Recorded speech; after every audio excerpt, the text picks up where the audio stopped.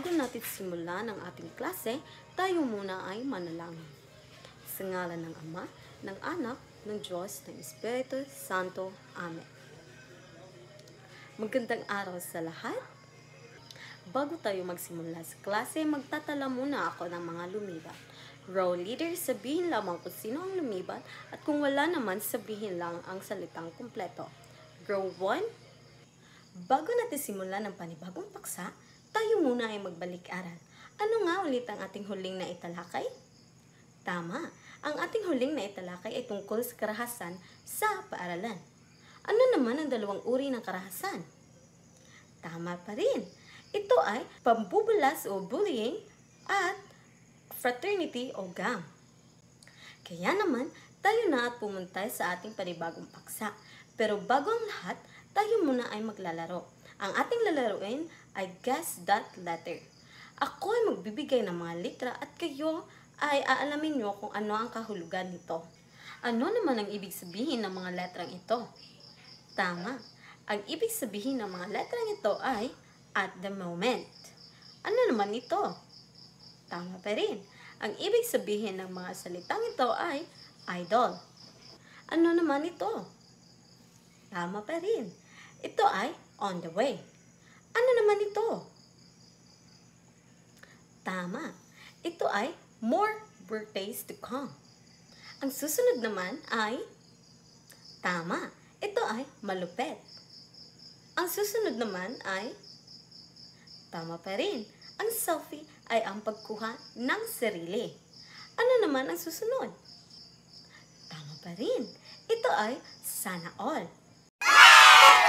Ngayon naman, ako ay may katanungan. Ang mga salitang ito ba na aking nabanggit sa ating palaro ay palagi mong naririnig? Sino ang madalas mong naririnig na gumagamit ng mga salitang ito? Ano sa tingin mo ang nangyayari sa isang kabataan na katulad mo na palaging gumagamit ng internet o kung anumang klase ng teknolohiya sa panahon ngayon? Magaling! Bigyan ng 5 bagsak. Kaya naman, tayo na at pumunta sa ating paksa. Ang ating paksa ay tungkol sa ayon kay Alvin Toffler sa kanyang aklat na The Third Wave, pagdating ng dekada 70, tayo ay nakaranas na ng 3 bugso ng pagbabago ng teknolohiya. Ito ang panahon ng agrikultura na umabot ng 3,000 taon, ang panahon ng pang-industriya na 300 taon, at ang panahon ng computer na bumulusok lamang sa loob ng 30 taon. Sa ating paksa, may 2 mahalagang issue. Ang una ay ang agwat teknolohikal at ang pangalawa naman ay ang digital divide. Ang agwat teknolohikal ay ang pagkakaiba-iba sa pananaw at paggamit ng teknolohiya ayon sa edad. Habang ang digital divide naman ay ang agwat sa paggamit ng teknolohiya bunga sa kalagayang pang-ekonomiya. O sa madaling salita, ito ay pagitan sa mayayaman at mahihirap. Tayo na at pumunta sa ating susunod na diskusyon. At ito ang agwat teknolohikal sa pagitan ng mga henerasyon. Mayroong mga mahalagang terminolohiya na ating matutunan sa paksang ito. Una ay ang generation gap.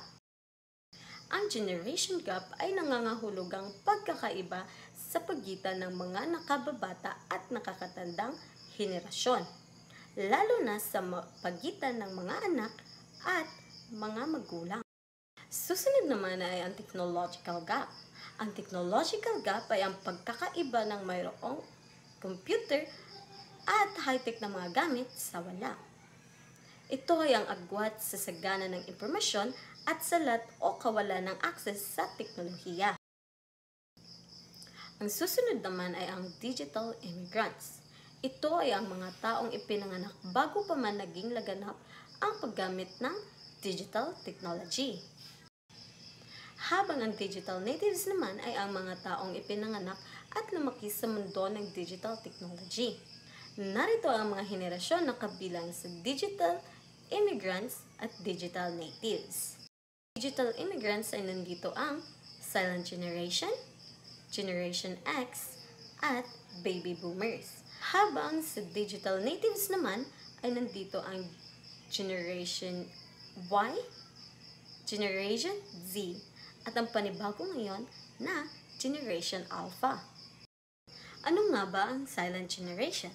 Ang silent generation, ito ay ang mga taong ipinanganak at lumaki bago pa man nagkaroon ng teknolohiya.